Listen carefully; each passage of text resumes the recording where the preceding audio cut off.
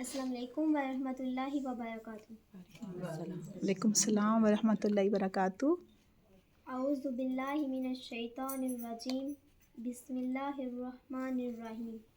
رب اشرح لی صدری ویسر لی امری واحلل عقدۃ من لسانی یفقہوا قولی، رب زدنی علما، اللہم فقہنا فی الدین۔ آپ سب کیسے ہیں؟ الحمدللہ۔ دعا ہے اللہ سبحانہ تعالیٰ آپ کو اپنی حفظ و ایمان میں رکھے اور کام میں آسانی فرمائے، آمین۔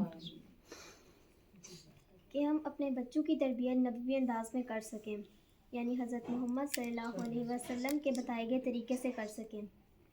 اگر ہم اپنی اولاد کو نیک اور صالحہ بنائیں گے تو وہ اولاد ہمارے لیے ایک بہت بڑی نعمت ہے، اور اگر اپنی اولاد کی تربیت حضرت محمد صلی اللہ علیہ وسلم کے بتائے گئے طریقے سے نہیں کریں گے تو وہ اولاد ہمارے لیے ایک فتنہ اور وبال بن جائے گی، صدقہ جاریہ بننے کے بجائے ہمیں جہنم میں لے جانے کا باعث بن جائے گی، کیونکہ اولاد کی تربیت کرنا والدین کا فرض ہے۔ جس طرح والدین کی اولاد پر حقوق ہوتے ہیں، بالکل اسی طرح اولاد کے بھی والدین پر حقوق ہوتے ہیں۔ جس طرح اللہ تعالیٰ نے اولاد کو حکم دیا ہے کہ وہ والدین کے ساتھ نیکی کرے، اسی طرح والدین کو بھی حکم دیا ہے کہ وہ اپنی اولاد کی بہترین سے بہترین تربیت کریں۔ بچوں کی قرآن و سنت کے مطابق تربیت کرنا امانت ہے۔ والدین اگر اس امانت میں خیانت کریں گے تو قیامت کے بارے میں ان سے اس بارے میں پوچھ ہوگی، اس بارے میں سوال ہوگا۔ اگر اولاد کی تربیت قرآن و سنت کی روشنی میں کی جائے تو وہ والدین کی آنکھوں کا نور اور دل کا سرور بن جاتی ہے، انشاءاللہ۔ اور اگر اولاد کی تربیت قرآن و سنت کے مطابق نہ کی جائے تو وہ ہمارے لیے ایک بہت بڑی آزمائش ہے۔ قرآن و حدیث کی روشنی میں اولاد کے حقوق ہیں۔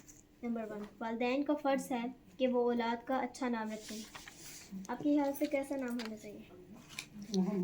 بامعنی ہو، اسلامی نام ہو، قرآن میں سے ہو۔ جی کوئی اور بتائے گا؟ جی جس کا اچھا مطلب ہو، اچھے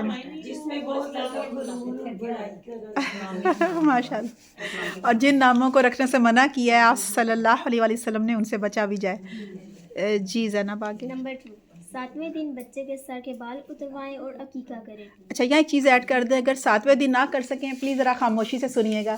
اگر کوئی 7ویں دن نہ کر سکے نا تو پھر 14ویں یا 21ویں دن کیا جا سکتا ہے، اس کے بال سر کے اتار کے عقیقہ کر دیا جائے۔ جی نمبر 3، اچھی تربیت کریں اور تعلیم دیں، بچوں کو اچھا اخلاق اور آداب سکھائیں۔ حضرت محمد صلی اللہ علیہ وسلم نے فرمایا، والد کا اپنی اولاد کے لیے اس سے بڑھ کر کوئی تحفہ یعنی عطیہ نہیں کہ وہ اپنی اولاد کو اچھے آداب سکھائیں۔